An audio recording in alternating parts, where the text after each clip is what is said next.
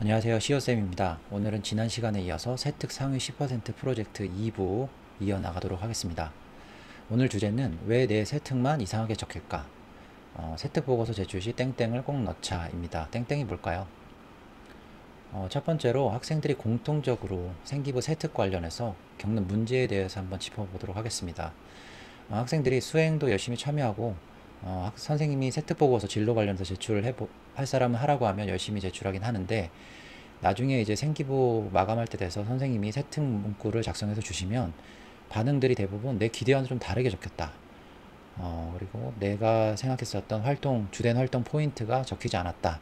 뭐 이런 반응들이 있고, 또 학생들이 자기 평가서를 제출할 때 되면은 핵심을 잘 적어서 내야 되는데, 그때 자기가 한 활동이 기억이 잘 안 나는 경우가 많습니다. 당연하겠죠. 뭐 한 달이건 두 달이건 그 전에 작성한 보고서 내용이 명확하게 기억이 나는 게 오히려 비정상입니다. 그래서 그런 부분이 학생들이 겪고 있는 문제입니다.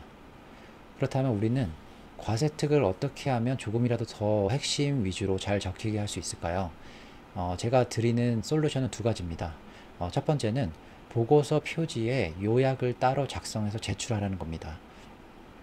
그게 무슨 얘기냐? 학생들이 보통 양식이 정해져 있는 수행평가 같은 경우에는 좀 다른 얘기겠지만, 자율적으로 진로 관련된 세특 보고서를 제출하라고 하실 때 보고서를 제출하게 되면 보통 뭐 3장 내지 5장, 뭐 적으면 2장, 뭐 이렇게 제출을 하거든요.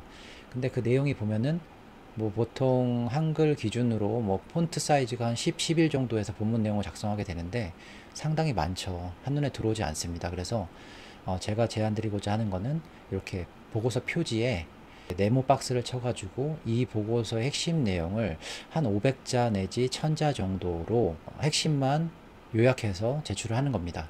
그러면 선생님이 이 보고서 전체를 꼼꼼하게 읽어 보시겠지만 설령 그렇게 하지 않으시더라도, 혹은 또 선생님이 읽어 보셨다가 나중에 생기부 마감하실 때 다시 보고서를 보셔야 되는데 시간이 부족한 경우가 있을 수 있잖아요. 그러면 이 요약만 보셔도 이 내용의 보고서 내용의 핵심을 파악하실 수 있다면 당연히 생기부 세특을 작성하시는 데 있어서 좀 수월하실 거고, 그러면 학생들이 생각하는 그런 핵심 포인트가 생기부 과세특에 잘 반영될 확률이 높겠죠. 그래서 먼저 보고서 표지에 요약을 따로 표기해서 제출하는 걸 추천을 한다, 이 얘기를 드리고 싶고, 두 번째는 과목이 많아지게 되면 수행평가나 또 세특보고서 제출하는 것이 과목별로 그 현황이 잘 기억이 나지 않습니다. 그래서 간단하게는 그 A4 용지 한 장이나 두 장 정도를 할애해서 과목별로 내가 하는 수행이나 이런 세특보고서에 있어서 타이틀 정도만 그때그때 기록을 해 놓는 겁니다. 그러면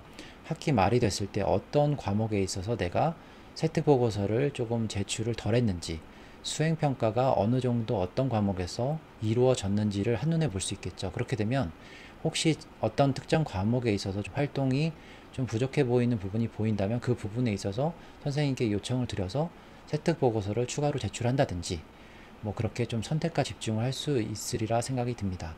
오늘 준비한 컨텐츠는 여기까지고요. 다음에도 유익한 컨텐츠로 돌아오도록 하겠습니다. 감사합니다.